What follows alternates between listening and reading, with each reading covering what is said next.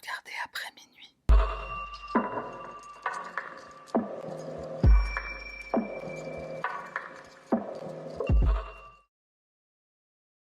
Salutations, petit panda, j'espère que tu vas bien. C'est Sahara, bienvenue sur ma chaîne, et petit coup de gueule avant de commencer la vidéo. Ça faisait longtemps, et je sais pas pourquoi je parle comme ça.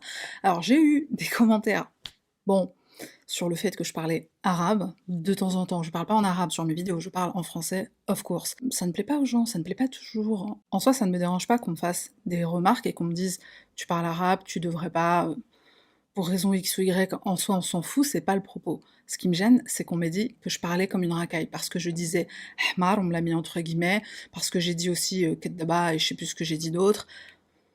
Je veux dire, c'est pas parce qu'on parle arabe qu'on est une racaille, enfin! Qu'est-ce que c'est que cette mentalité? J'ai pas compris d'où ça venait, en fait, enfin du coup si, ça vient de l'ignorance et j'ai reçu un email. Pour moi, le but de ce petit coup de gueule, c'est juste de préciser, je savais pas qu'il fallait le faire, mais de préciser que quelqu'un qui utilise des mots en arabe, ce n'est pas une racaille. Ah, ça voudrait dire que tous les arabophones de France sont des racailles, et ce n'est pas le cas. Maintenant, si tu es de ceux qui pensent que tous les arabes sont de la racaille, détritus du monde, laisse un commentaire. Par contre, tu vas sûrement te faire chahal.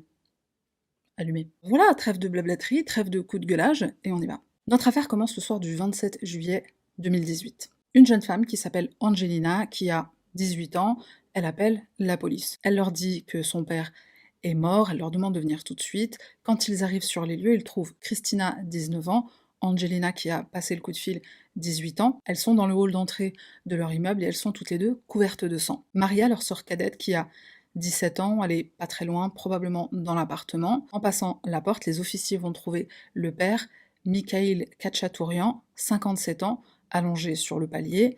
Il a le visage qui fait face au sol. Il est également recouvert de sang et il ne bouge plus. Une ambulance va l'emmener, mais il est déclaré mort. Son autopsie va révéler qu'il a succombé à 35 coups de couteau environ, des coups de couteau qui lui ont été portés au visage, au cou et principalement à la poitrine, dont un en plein cœur. Donc évidemment, la police demande ce qu'il s'est passé et les sœurs vont dire qu'elles se sont défendues puisqu'il les a agressées. Plus tôt ce jour-là, leur père était rentré, il a trouvé que ses filles n'avaient pas fait le ménage exactement comme il voulait. Il s'est enfermé dans une pièce de la maison avec elles et il a commencé à leur crier dessus. Ensuite, il s'est saisi d'une bombe lacrymogène, il a aspergé ses filles en plein visage. Christina, la plus grande, elle a fait une crise d'asthme tellement violente qu'elle s'est effondrée, elle a perdu connaissance. Ensuite, une des filles s'est saisie du couteau de chasse de leur père, une autre a pris un marteau, et la dernière a pris la bombe lacrymogène. Et donc elles disent qu'elles se sont défendues de leur agresseur. Ensuite, elles expliquent aux officiers que leur père les maltraite depuis toujours, elles n'en pouvaient plus et aujourd'hui c'était la fois de trop. Le soir même, les policiers vont fouiller l'appartement et vont trouver plusieurs armes, une arbalète, des fusils, des munitions, etc.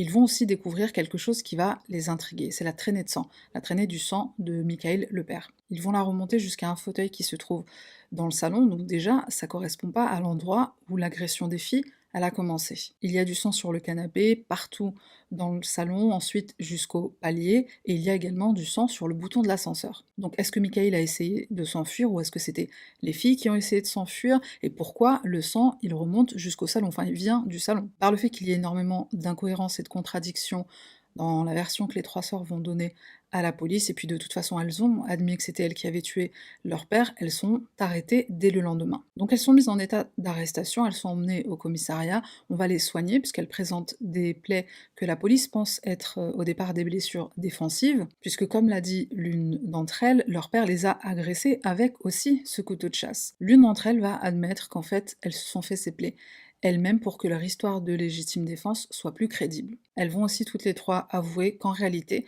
elles se sont jetées sur leur père alors qu'il dormait sur le canapé après avoir pris des somnifères comme à son habitude. Mais elles maintiennent bien qu'elles ont été agressées plus tôt dans la journée, c'était pour elles la goutte d'eau qui a fait déborder le vase. Elles étaient très inquiètes du sort de leur sœur qui s'était évanouie, qui avait perdu connaissance à cause de cette crise d'asthme, et donc n'en pouvant plus, elles ont décidé qu'il valait mieux aller en prison que rester un jour de plus sous le toit de leur père. Alors qui sont les sœurs Khatchatourian? Enfin, qui est la famille Khatchatourian? On va commencer par le commencement, c'est un très bon endroit pour commencer. Mikhail, le père, est un homme d'origine arménienne, il est né, il a grandi en Russie, à Moscou, et c'est là qu'il va rencontrer sa future femme et la mère de ses enfants, Aurélia. Aurélia est une jeune femme qui a émigré en Russie avec sa mère environ 3 ans avant sa rencontre avec Mikhail, donc en 1996. Aurélia et sa mère sont originaires de Moldavie et pour avoir une meilleure qualité de vie, elles se sont installées à Moscou. Un jour, elles sont assises à un arrêt de bus en train d'attendre le bus. Mikhail passe sur leur chemin, il jette son dévolu sur la jeune femme alors qu'elle a 17 ans, il en a 35. Il les aime jeunes, donc il propose de les déposer, elles vont refuser.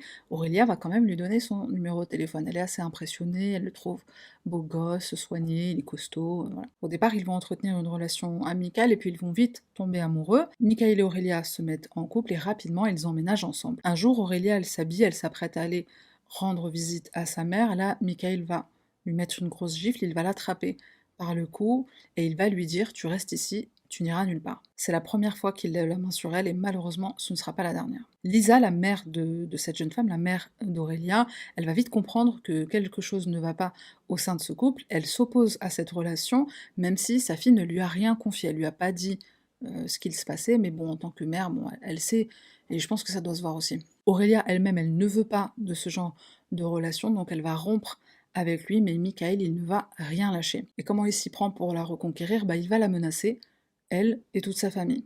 C'est comme ça qu'on récupère une meuf. Par peur, Aurélia, elle se remet avec lui. Et un jour, ils vont à une fête, ils sont conviés à une fête par des amis, et il la prend, il l'emmène dans une pièce, il s'enferme avec elle, et il la viole. Donc Aurélia, elle est très intimidée par cet homme qui est grand, qui est costaud, qui la frappe, qui la viole, et qui la menace. Elle va finir par accepter de l'épouser, enfin, accepter... T'as compris? Donc il me semble que c'était la même année, ils se sont mariés l'année où ils se sont rencontrés, donc en 1996, et en juin 1997, elle donne naissance à leur premier enfant, Sergueï. Christina naîtra ensuite en 1999, Angelina en 2000 et Maria, la cadette, en 2001. Depuis le début de leur relation, Mikhail il est très violent envers sa femme, il lui crie constamment dessus, il la frappe quasiment quotidiennement, il s'énerve pour rien, il crie à longueur de temps, si elle veut passer un coup de fil, il faut qu'elle demande la permission, il va même aller jusqu'à l'empêcher de sortir, et pendant à peu près 5 ans, Aurélia va pas voir la lumière du jour. C'est seulement après la naissance de leur dernière fille qu'il va un peu desserrer les boulons et il va la laisser sortir. Un jour après avoir été rouée de coups pour la énième fois, et surtout craignant pour sa vie, du coup ça en était arrivé là, Aurélia elle va au commissariat. Donc elle se rend au commissariat le plus proche de chez elle, elle veut porter plainte, trop c'est trop, et je ne sais pas comment, mais Michael il la retrouve et il la rejoint au commissariat. Il arrive, il lui fait un grand sourire. Aurélia, elle trouve quand même le courage de continuer de faire sa déclaration, de faire son dépôt de plainte, et Michael, qu'est-ce qu'il va faire? Il va la frapper devant le flic. Il va la ramener à la maison comme si de rien n'était. Oui, parce qu'il se trouve que ce flic, c'est un ami de Michael. Ce sera la première et dernière fois qu'Aurélia ira au commissariat pour demander de l'aide, puisque clairement la police ne veut pas l'aider. Grâce à l'aide de sa belle-sœur, Aurélia elle va commencer à prendre la pilule contraceptive. Déjà parce que son corps elle le sent beaucoup trop faible pour avoir d'autres enfants, elle a été confinée pendant à peu près 5 ans, donc j'imagine qu'elle devait pas être en bonne santé. Et puis si elle avait écouté son mari, lui il voulait qu'elle fasse des enfants chaque année, il voulait qu'elle ponde un gosse tous les ans, une usine à mômes. Et je me demande s'il n'y avait pas aussi une part d'elle qui se disait qu'elle voulait pas mettre au monde des enfants qui allaient subir ce que ces 4 enfants, elles subissaient déjà. Alors dans la famille Khatchatourian ou Khatchatourian, je vais peut-être dire les deux pendant la vidéo, donc dans cette famille, tout le monde a droit au coup, les enfants y compris. Parfois avec un pistolet, il va les frapper à la tête, il leur met des coups de pied dans le ventre, il les étrangle, il leur hurle dessus, et puis pour mettre un petit peu de piment dans sa vie, des fois il va varier les accessoires, il va utiliser une ceinture, une barre métallique. Dès que la mère s'interpose pour évidemment protéger ses enfants, c'est elle qui va prendre les coups à leur place. Sur les murs de la maison, il y a des trous un peu partout, c'est des impacts de balles. Ça doit faire une belle décoration. En fait, des fois, il a le pistolet, donc il frappe avec, et puis des fois, il tire sur les murs. Je pense que ça le détend un peu, ça le défoule un petit peu. Puis il les menace, en fait, il les menace. C'est plus facile de menacer avec une arme à la main. Alors combien de fois il les a menacés de tous les tuer? Aurélia, elle a arrêté de compter. Michael, il tilte un peu sur le fait que sa femme, elle tombe pas enceinte, il se dit c'est bizarre, et donc, dans la logique des choses, il va commencer à l'accuser de le tromper. Il va lui dire comment ça se fait que tu ne tombes pas enceinte, ce n'est pas normal, ça veut dire que les 4 gosses que j'ai eus avec toi, en fait, tu les as eus avec quelqu'un d'autre. C'est tout à fait logique de penser comme ça. Parfois, Michael, après un excès de rage, il demande pardon. Mais attention, il demande pas pardon à sa femme ou à ses enfants. Il demande pardon à Dieu. Oui, parce que Michael, il est croyant, c'est un fervent pratiquant de la religion chrétienne. Du coup, il a une définition assez particulière de ce que ça veut dire être un bon chrétien. D'un côté, il martyrise sa famille quotidiennement, de l'autre côté, il va régulièrement à Jérusalem pour faire des pèlerinages et aider les nécessiteux. Malheureusement, il y a deux événements qui vont se produire et qui vont être pour les sœurs, pour les trois sœurs, synonymes de pire, de bien pire que ce qu'elles vivent déjà. Un soir, alors que Sergueï est en train de dormir, une de ses sœurs vient le réveiller, elle lui dit lève toi, papa il veut que tu ailles au magasin pour acheter à manger pour le chien. La famille a un chien. Déjà, Sergueï il est dans les vapes, il dormait profondément. Ensuite, il comprend pas trop, puisqu'il est tard, les magasins ils doivent tous être fermés, mais bon, il se lève quand même, de toute façon, c'est pas comme s'il avait le choix. Au moment où il s'apprête à quitter l'appartement, son père le menace avec une arme et il lui dit ne remets plus jamais les pieds ici. Le pauvre Sergueï n'a que 16 ans, il n'a rien fait, il ne comprend pas pourquoi son père le vire de la maison. Il va passer cette nuit-là à errer dans les rues de Moscou, du jour au lendemain il est SDF sans aucune explication. Dans le dos de Michael, Aurélia et ses trois filles, elles vont quand même accueillir Sergueï à la maison pour que au moins il passe la nuit dans un lit au chaud. Elles attendent que Michael s'endorme, elles le font entrer en cachette. Ensuite, Aurélia, déjà elle nourrit son fils, elle lui donne aussi un peu d'argent, puis elle le laisse passer la nuit. Un matin, Michael va se lever plus tôt que prévu et il va découvrir le poteau rose. Il attrape son fils, il le met dans sa voiture, il le conduit jusqu'à la forêt, et là il le menace avec une arme à feu et il lui dit si tu reviens, si je te revois, je vous tue tous. Il va faire de même avec sa femme et ses filles. En rentrant à la maison, il va les menacer et leur dire si vous ramenez Sergueï encore une fois sous mon toit, je vous crève tous. Sergueï, il va finir par trouver un appartement en colocation avec un de ses amis, donc bon, déjà sa mère elle est soulagée, au moins il est plus à la rue. Un jour, il vient rendre visite à ses sœurs pendant que leur père tyrannique est absent, il vient avec un ami à lui. Encore une fois, comme par hasard, le père arrive, il les trouve tous dans le salon, et là il va dire à Sergueï tu prostitues tes sœurs, c'est qui ce mec que t'as ramené, c'est un client pour tes sœurs. Je sais pas pourquoi, mais il commence à filmer, donc ses enfants, il est en train de les insulter, il est en train de filmer la scène. Et donc dans cette vidéo, on l'entend en train d'insulter ses filles de PUTE, qui est son gros mot favori. Sur 3 minutes qu'elle dure la vidéo, il y a 2 phrases où il n'y a pas de gros mots, 2 petites phrases où il n'y a pas de gros mots. Tout le reste, c'est le dictionnaire des insultes. Le deuxième événement qui va se produire, ce sera en 2015. Alors faut savoir que à ce stade-là, les sœurs, un peu comme ça avait été le cas pour leur mère, elles n'ont plus trop le droit de sortir. C'est en partie pour que personne ne remarque les bleus qu'elles ont sur leur corps, mais c'est vrai que, comme dira Irena, une amie des trois sœurs, le père il était assez malin pour les frapper en des endroits où c'était caché. Donc à peu près à cette même période-là, Michael il interdit à ses filles d'aller à l'école, parce que l'école c'est inutile, qu'il leur dit. Elles n'ont pas besoin d'une éducation, d'après lui ça ne sert à rien. Au départ, en cachette, Aurélia elle va quand même envoyer ses filles à l'école. Surtout qu'elles sont très intelligentes, elles ont de très bonnes notes, et puis elle sait que c'est aussi une bonne échappatoire pour elles, de leur enfer quotidien. Donc la mère, elle les envoie, malgré les interdictions du père, elle les envoie étudier, souffler un peu, et évidemment Michael, il va s'en rendre compte. Il va frapper sa femme et ses filles de plus belle, et du jour au lendemain, il va mettre Aurélia, sa femme, dehors. Donc elle aussi, elle est virée de la maison, et au départ, elle va aller en Moldavie, puisque sa mère est retournée habiter là-bas, donc elle va chez sa mère, elle n'a pas d'argent, elle a nulle part où aller, elle n'a pas vraiment le choix. Au bout d'un an, elle arrive à mettre un peu d'argent de côté, ses enfants lui manquent énormément, donc elle a tout fait pour mettre de l'argent de côté, pour trouver un appartement et un travail. Elle trouve un job, je crois, en tant que caissière dans une boutique qui est située pas très loin de l'appartement de son mari, et donc là où se trouvent ses filles, et donc elle rentre à Moscou, mais puisque Michael a interdit à ses filles de voir leur mère, il a interdit à Aurélia de voir ses filles, elles le font en cachette, et c'est principalement quand les filles vont promener le chien. Alors Sergueï n'est plus là, Aurélia n'est plus là, et pour Christina, Angelina et Maria, les choses vont empirer. D'abord, elles vont devenir les esclaves de leur père. Alors leur père, il a une petite cloche. Donc quand il fait sonner la cloche, il y a une des trois qui a intérêt à vite rappliquer. Alors c'est soit pour ouvrir la fenêtre, parce que bouger son cul, même juste pour ça, il en est incapable. Apporte-moi à manger, il mange 7 fois par jour.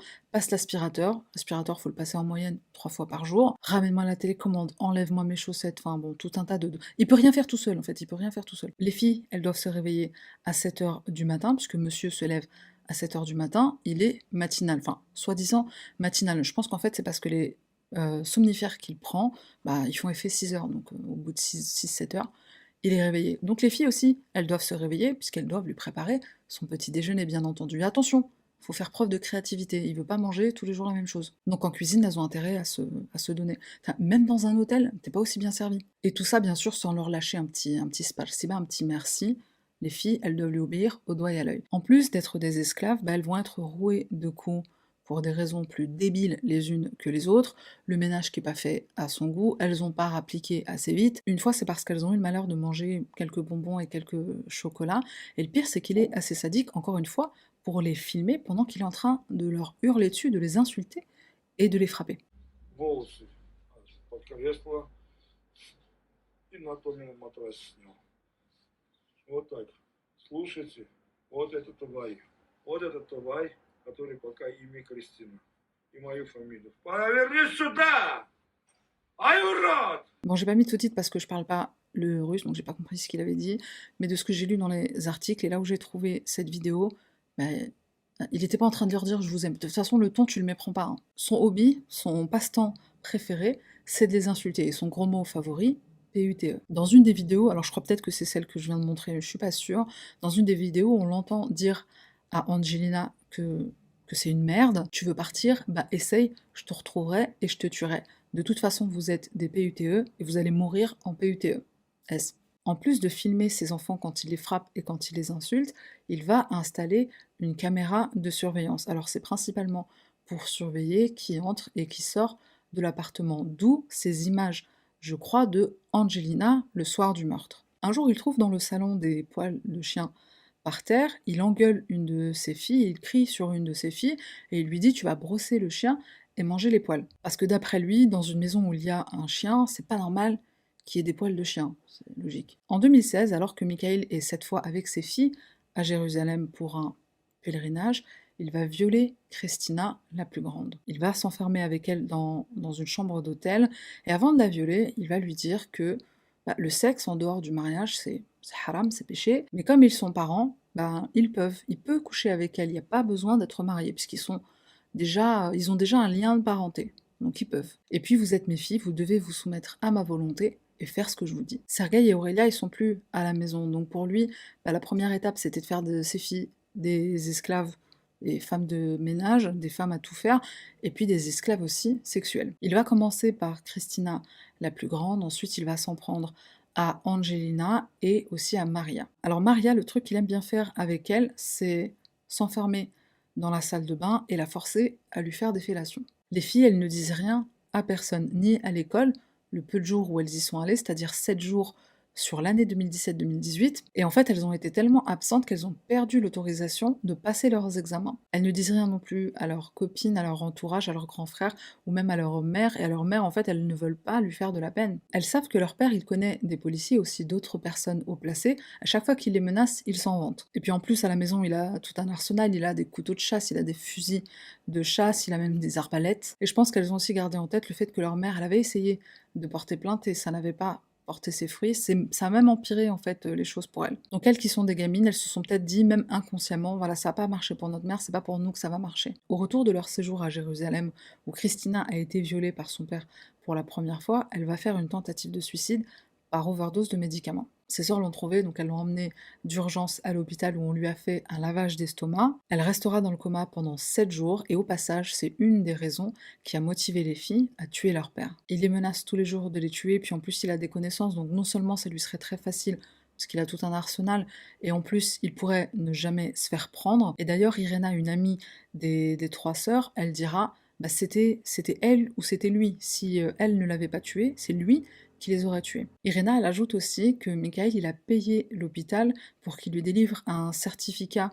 Apparemment, il délivre des certificats à la sortie d'une hospitalisation, et il ne voulait pas que sur le certificat figure que c'était une tentative de suicide, donc il les a soudoyés, il leur a demandé de mettre, je sais pas, une maladie, une gastro, un truc comme ça. Après la tentative de suicide de sa fille, Michael, il va un peu se calmer, ça va pas durer longtemps, elle va vite reprendre ses habitudes. Après l'arrestation des sœurs Khatchaturian, et surtout quand on découvre le mobile du meurtre, la Russie, elle est divisée. Je vais t'expliquer pourquoi. Bon, d'abord, il s'agit quand même d'un meurtre, donc il y a eu mort d'homme, c'est quelque chose de grave. On se demande si le meurtre était vraiment justifié et s'il y avait vraiment légitime défense. Quand le public apprend qu'en fait les filles se sont mises d'accord pour tuer leur père après qu'il se soit endormi, bah, il y a beaucoup de personnes qui vont être choquées de la préméditation. Et d'ailleurs, le chef d'inculpation, c'est meurtre par un groupe de personnes par entente préalable au groupe organisé. Et le public trouve aussi que la façon dont ça a été fait, c'est quand même assez cruel. Il y en a une qui a pris un couteau de chasse,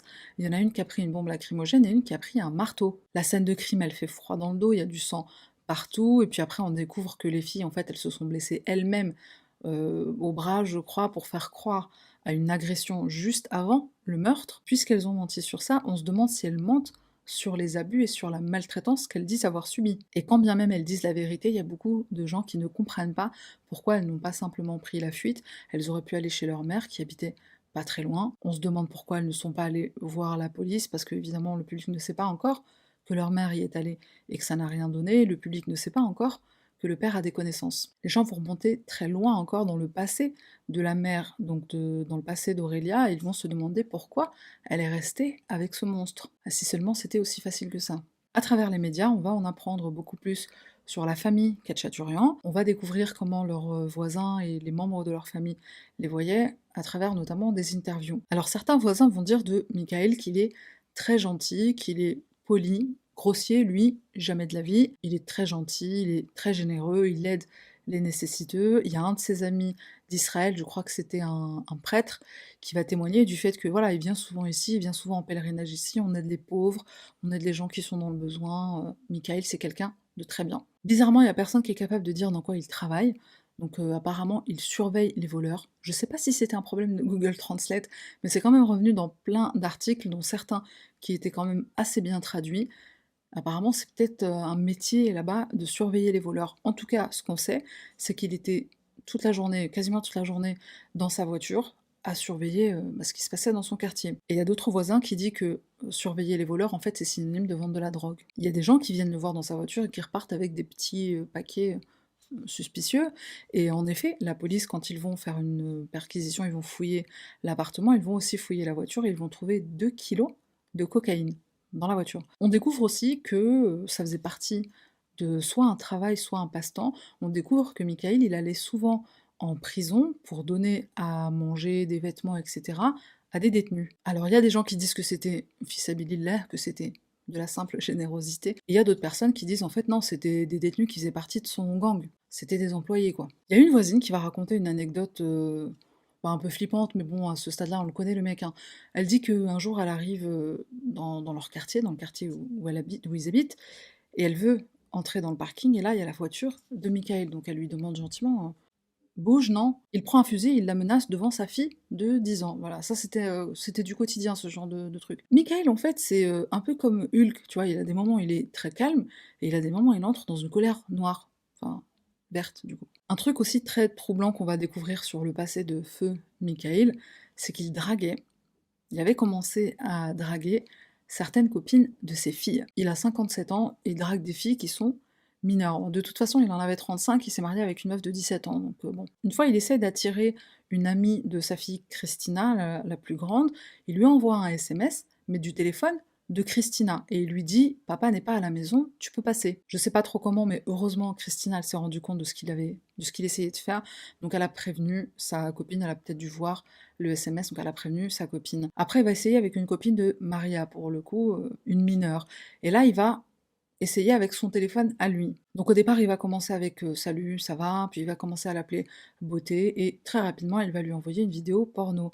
Alors je sais pas si c'était du fait maison ou si c'était un truc qu'il avait chopé d'internet, mais il lui envoie une vidéo porno et il lui dit Est-ce qu'elle te plaît cette vidéo? La gamine, elle est tellement dégoûtée du comportement du père de sa copine qu'elle a enregistré dans son répertoire le numéro de téléphone sous Père de Maria, ne pas décrocher. Je me devais de dédier un paragraphe pour les 2 éléments dont il va être question là tout de suite. En fait, il y a eu tellement de rebondissements sur cette affaire, j'avais l'impression de regarder une telenovela mexicaine. En fait, en Russie, ils ont des émissions télé qui sont fort intéressantes. Alors, je sais pas comment elles s'appellent en soi, on s'en fout. Il y a une de ces émissions, en fait, c'est il y a un détecteur de mensonges. Donc en gros, le principe, c'est que tu as 2 parties qui se confrontent sur une affaire sur laquelle ils ne sont pas d'accord, donc ça peut être tout et n'importe quoi. C'est pas forcément une affaire criminelle ou quoi. Alors en l'occurrence ici, on a Lisa, qui est la mère d'Aurélia, donc la grand-mère des filles, et en face d'elle, elle a Arsène Katchaturian. Alors Arsène, c'est le neveu de Mikhail. Alors évidemment, Lisa, elle défend ses petites filles à fond les ballons, elle les soutient, elle demande leur libération, elle témoigne de la violence de son gendre, d'abord envers sa fille à elle, donc Aurélia, puis envers ses petits-enfants, elle témoigne du calvaire qu'il leur faisait vivre. Arsène, bah déjà son oncle, il l'appelle pas tonton, il l'appelle papa. Ce qui a poussé les gens à se dire, bah t'es sûr que c'est pas ton père en fait?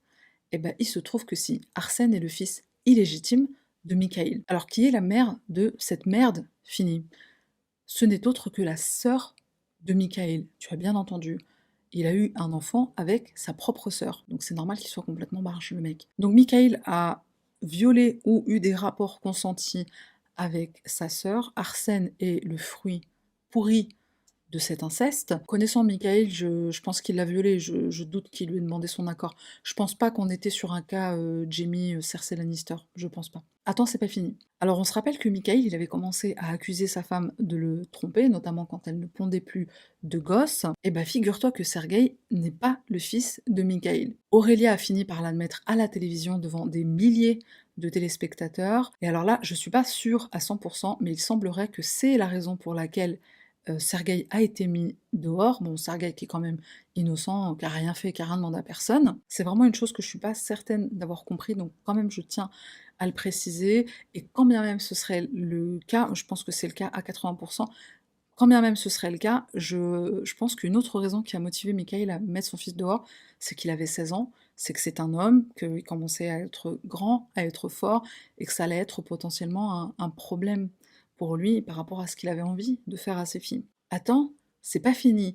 Alors Arsène, il accuse Lisa, la grand-mère, il l'accuse de complicité pour le meurtre de feu son oncle slash père, et devant tout le monde, sur un plateau télévision, il la traite de PUTE. En réalité, il a fait que répéter ce qu'il a entendu pendant des années, parce que oui, il se trouve que Arsène, il a vécu pendant un moment, pendant un très long moment même, chez son oncle. Donc il insulte la grand-mère à la télévision, la hashma, la respect pour les anciens walou, et bien sûr il défend son oncle avec véhémence. C'était un homme bien, il voulait le bien pour ses enfants, il les emmenait en vacances, il les emmenait faire du catamaran, du pédalo, il les sortait, il les a déscolarisés, ok, mais c'est de leur faute à elle, puisque après les cours, bah, elle rentrait trop tard. Il les frappait, il était violent, c'est juste qu'il est un peu émotif. Les prisonniers membres de son gang, non, non, non, c'était des nécessiteux et il faisait du bénévolat. De toute façon, vous les Moldaves, vous êtes un peu plus sales, vous êtes une sale race. Il va aller plus loin que ça, il va accuser Lisa d'avoir tenu en Moldavie une maison close où elle vendait les services de sa propre fille, Aurélia. Oui, parce que d'après Arsène, Lisa, elle tenait pas la caisse du bordel, hein, elle en avait la clé. Et toujours selon Arsène, quand Michael a jeté son dévolu sur Aurélia, 35 ans, et elle, 17 ans, je le rappelle, il n'a fait que la sauver des griffes de sa mère proxénète. Il aurait soi-disant dit à Lisa, ta fille ne remettra plus jamais les pieds ici ou tu la forces à être une PUTE. Hashtag Michael le héros. Pendant une de ses émissions fabuleuses, j'aurais tellement aimé parler le russe à ce moment-là parce que je comprenais pas ce qui se disait, ça partait dans tous les sens, enfin c'est vraiment intéressant. Bref, il y a un mec un jour qui arrive et qui a un masque. Alors c'est pas un masque Covid, c'est un masque pour cacher son visage pour qu'on ne sache pas de qui il s'agit. Et soi-disant, c'est le petit ami de Angelina. Il montre des textos, des SMS que soi-disant Angelina lui aura envoyé le matin du meurtre pour lui dire qu'elle préparait quelque chose de terrible. Le présentateur, il va percuter sur un truc, il va lui dire mais c'est bizarre parce que la conversation elle a pas trop de sens, on dirait qu'il manque des messages, est-ce que vous avez supprimé vos messages à vous? Qu'est-ce que vous lui avez répondu? Et là le mec va dire ah, j'ai pas envie de répondre à cette question. Sergueï, qui est présent à l'émission, il va dire mais je le connais le mec de ma sœur, c'est pas toi? Tatiana, qui est l'amie d'une des trois sœurs et qui connaît aussi le petit ami d'Angelina, elle va le regarder, elle va lui dire mais t'es petit en fait, c'est pas toi, t'es plus grand dans mes souvenirs. Le mec se lève, il se barre, il sort du cadre, on sait pas trop où il est, et en fait il quitte le plateau télé en courant, avec son masque. Et ces émissions, franchement, c'est une blague. Comment le présentateur, enfin pas le présentateur, mais du coup l'équipe de production, de pré-production, comment ils ont pas vérifié les screenshots que c'était cohérent? Comment ils ont pas vérifié que c'était vraiment le mec de Angelina? Ils l'ont ramené comme ça sur un plateau télé. Attends, c'est pas fini. Lors d'une autre émission, alors là c'était pas le détecteur de mensonges, c'était un autre style d'émission, et là il y a Sergueï qui est confronté à Arsène, son cousin slash frère. Déjà, Sergueï, il va s'exprimer sur certaines choses, il va dire que, bah, il communiquait très peu avec son père, il n'était pas proche du tout avec son père, puisque ce dernier préférait les filles. Il va aussi ajouter que au départ, c'est vrai qu'il en voulait à ses sœurs, il les soutenait pas parce que, bah, il était quand même choqué, même si au final c'est même pas son père biologique, mais je crois qu'il l'a pas su tout de suite, et même s'il était tyrannique, c'était quand même son père, en tout cas l'homme qui l'a élevé. Il va dire aussi que, bon, c'est vrai que leur père, il était pas tyrannique à 100% du temps. Ils ont quand même des bons souvenirs, c'est vrai qu'ils sont allés en vacances, ils faisaient des sorties de temps en temps, tout ça. C'est une des raisons pour lesquelles il est quand même allé aux funérailles, mais très vite, il va commencer à lui aussi soutenir ses sœurs. Et puis à un moment donné, il y a un mec qui va arriver sur le plateau. Alors je suis désolée, j'ai pas pu montrer l'extrait que je voulais montrer, YouTube trouvait que c'était un peu trop violent, c'est la raison pour laquelle cette vidéo est en retard. Mais en gros, le mec qu'on voit arriver sur les images, il va se jeter sur Sergueï, donc évidemment je montre pas, il me semble que Sergueï aura le nez cassé. Les gens ont un peu essayé de les séparer avec le présentateur qui faisait bluff hein, de les séparer, mais qui n'en foutait pas vraiment une. Человек сначала, находясь вот, он брат этих сестер, да? Сын. Bon alors au départ, j'ai pas capté c'était qui ce mec qui a la gueule d'un môme de 15 ans et la voix d'un boxeur de 45 ans. Alors il s'appelle Émile ou Emilia, et en fait c'est un ami de Arsène.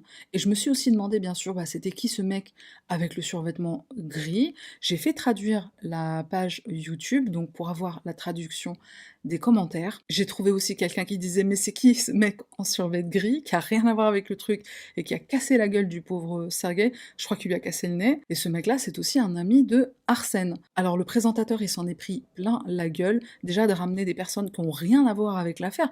Ok, c'est des amis, ils voulaient peut-être témoigner de comment il était Michael ou quoi. Peut-être ils ont dit des trucs pertinents, après moi j'ai pas compris. Mais le fait qu'il soit aussi violent et que personne n'a appelé les flics, il n'y a pas eu de plainte de déposée ou quoi, il n'y a pas eu d'arrestation, normalement il y aurait dû y avoir au moins 2 arrestations, que nenni, et le public a été vraiment choqué de ça. Ça s'est vu dans les commentaires sur YouTube, dans les commentaires de plein d'articles aussi, et perso même moi ça m'a choqué aussi. Pendant ce temps-là, KP, un média russe, a attiré un médium vers l'affaire. D'ailleurs, les enquêteurs eux-mêmes se tournent vers l'aide de magiciens et de sorciers dans les cas les plus déroutants. Encore une fois, je sais pas si c'était un problème de Google Trad, j'ai pas l'impression, donc la police des sorciers. Jafar est en mission. Donc Jafar, il arrive pour un peu comprendre ce qu'il s'est passé chez les Khatchaturians. Il arrive devant l'immeuble, donc il rentre avec un journaliste, alors il est devant la porte, en méditation. Il va toucher la poignée de la porte et il va dire « Oui, le mal vit ici. Il fait très froid. Ce n'est pas un appartement, c'est une prison. Je crois qu'on a voulu y mettre le feu, mais ça n'a pas pris. » Il va confirmer que Michael est un tyran, comme si on avait besoin de lui. Il va dire que c'était quelqu'un qui était imbu de lui-même, qui se souciait très peu des autres. Par contre, il va aussi dire que bah, les agressions sexuelles, c'est du mytho. Les filles, elles ont tout inventé pour légitimer leur acte, en fait. Alors attention, ce médium, il a gagné la seconde place à l'émission télévisée Bataille de médium, donc il a clairement une crédibilité qui est indéniable. Donc une médaille de bronze, ça rigole pas, c'est du sérieux quand même, hein. Quand les sœurs Khatchaturian sont inculpées pour meurtre avec préméditation, la moitié de la Russie se soulève d'indignation. Il va y avoir des levées de fonds qui sont organisées, il va y avoir une pétition qui sera lancée pour leur libération, et des manifestations auront lieu un peu partout dans le pays pour les soutenir sous le hashtag I do not want to die, je ne veux pas mourir. Donc on va ouvrir cette plaie sociale qui est le sujet de la légitime défense. Il y a énormément de femmes en Russie qui sont en prison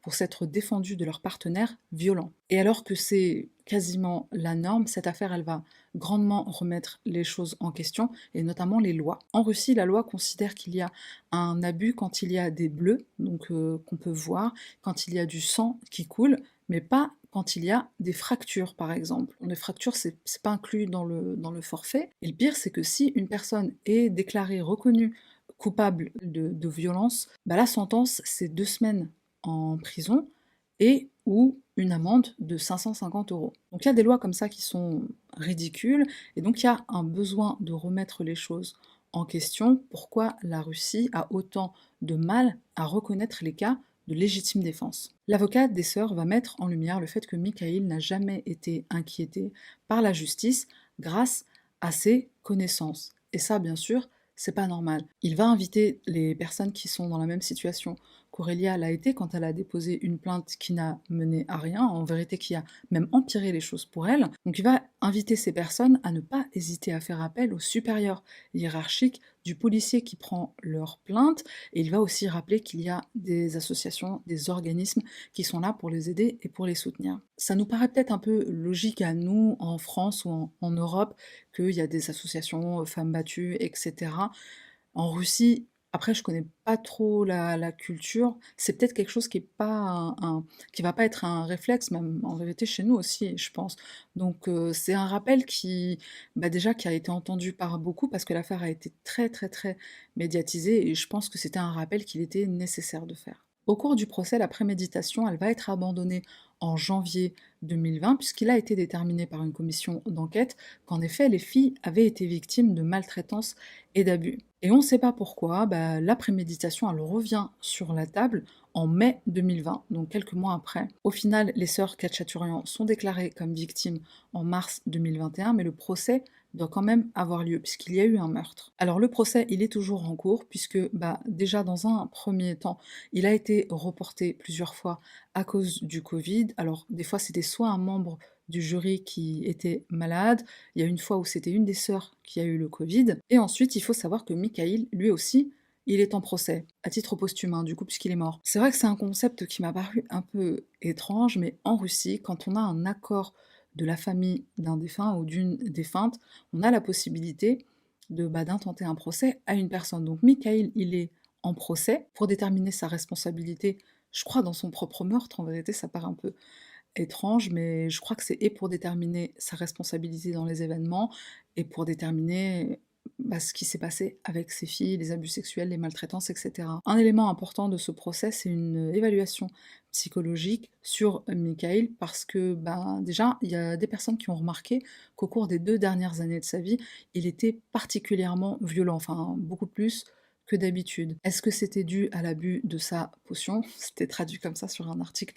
La potion, c'est la cocaïne. On en saura plus en fin d'année quand le procès aura eu lieu. Une fois que ce procès-là sera terminé, celui des filles pourra reprendre. Les sœurs sont restées en détention pendant quelques mois. On leur a donné le droit de reprendre leurs études et de passer leurs examens. Et en fin de compte, elles ont été libérées assez rapidement.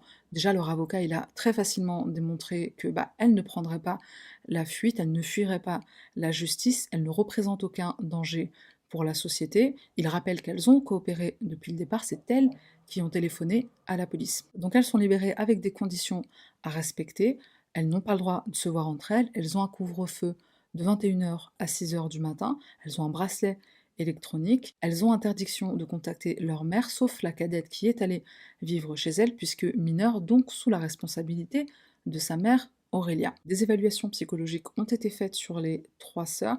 On a assez vite déduit qu'elles souffraient de stress post-traumatique. Et la cadette Maria, dont le procès devait avoir lieu séparément puisque mineure, bah, au final, il n'aura pas lieu. Suite à son évaluation psychologique à elle, il a été déterminé qu'elle n'était pas responsable de ses actes et elle a une obligation de soins psychologiques. Je voudrais terminer cette vidéo en faisant part déjà du fait que bah, je suis consternée qu'avec tous les éléments qui ont été réunis, donc les photos des filles qui ont bah, des coups, qui ont reçu des coups, qui sont blessées, les vidéos où on entend le père insulter ses enfants, et aussi d'autres éléments dont il a été question au procès, bah, avec tout ça, il y a encore des gens qui sont dans le déni de la gravité d'être victime d'abus psychologiques, sexuels, physiques, moraux, enfin tout ce que tu veux. Évidemment, je dis pas que ça justifie le meurtre, bien sûr, mais c'est un cocktail explosif. Elles se sont vraiment retrouvées dos au mur, elles avaient l'impression d'avoir aucune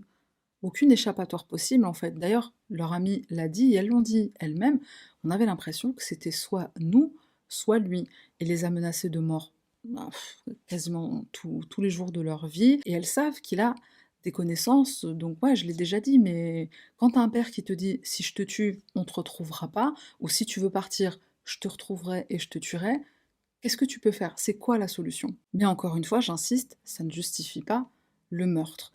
Un truc positif que j'ai trouvé dans cette histoire, c'est le fait que les sœurs, malgré le père qu'elles ont eu, elles sont restées soudées et c'est quelque chose qu'on peut voir dans ce genre de personnage chez Michael. Ça peut être le genre de personnage qui va monter les frères et sœurs les uns contre les autres. Je sais pas s'il l'a fait et que ça a pas marché, que ça a pas pris, ou s'il ne l'a pas fait parce qu'ils s'en foutaient. Personnellement, ça m'a réchauffé le cœur de voir qu'elles se soutenaient malgré tout, elles étaient là les unes pour les autres, elles sont restées soudées. Une dernière chose que je voudrais mettre en lumière, c'est le fait que Aurélia, leur mère, elle n'était pas du tout au courant des abus sexuels et elle ne savait pas que même la violence physique et verbale avait empiré quand elle et Sergueï ont été mis à la porte. Elle a appris tout ça en fait à travers l'enquête et elle a écrit une lettre à ses filles quand elles étaient en détention, une lettre dans laquelle elle leur demande pardon de ne pas avoir su les protéger. Bah, les filles, alors je crois que c'est une des filles, il me semble que c'était Angelina, qui a envoyé une lettre de réponse à sa mère et qui lui a dit nous, on était au contraire contentes que tu sois partie, que tu aies une vie un peu meilleure, parce que certes, elle était quand même séparée de ses enfants, donc une belle vie, c'était clairement pas ce qu'elle menait, mais elle était au moins tranquille, elle avait pas son mari sur le dos, donc elles étaient contentes de ça, et elle l'a dit dans le courrier, puis elle lui a rappelé qu'elle voulait tout simplement pas lui faire de la peine. Je mettrai une mise à jour en barre de description quand on aura plus d'infos sur cette affaire. Je mettrai aussi des liens des vidéos, des émissions télé, parce que c'était quand même drôle, s'il y a des gens qui parlent russe. Et on termine avec le random item. Dans une précédente vidéo, j'avais parlé d'un livre de coloriage.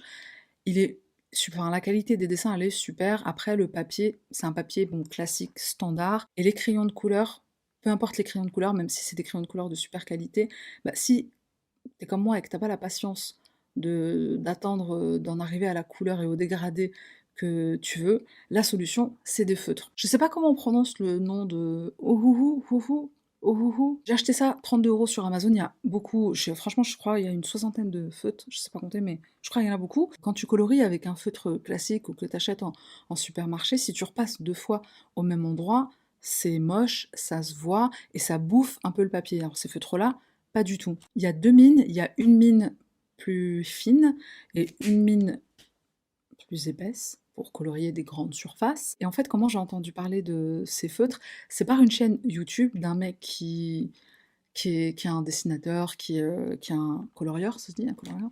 Enfin, c'est un artiste. Il fait des trucs vraiment super. Je mettrai un lien en barre de description de la vidéo que je préfère de lui. Je vais mettre un petit extrait, ce sera plus parlant. La vidéo avec laquelle je l'ai découvert, c'était Mario. En fait, il dessinait Mario sous différentes formes. Donc il a fait un Mario Sangoku, un Mario Marvel, un Mario Tim Burton, enfin il en a fait 10 je crois. C'était tellement beau quoi, donc voilà, c'est vraiment une chaîne que je kiffe. En plus j'aime bien Mario, donc moi ça m'a tout de suite parlé. C'est comme ça que je l'ai découvert. Comme moi je colorie et Zama je me prends pour une artiste, j'ai voulu acheter les feutres que lui recommandait sur des feutres entrée de gamme, donc c'est des prix qui sont plus que raisonnables. Donc voilà, c'est la fin de cette vidéo, c'est tout pour moi. On se retrouve bientôt pour une nouvelle affaire, et voilà, bye.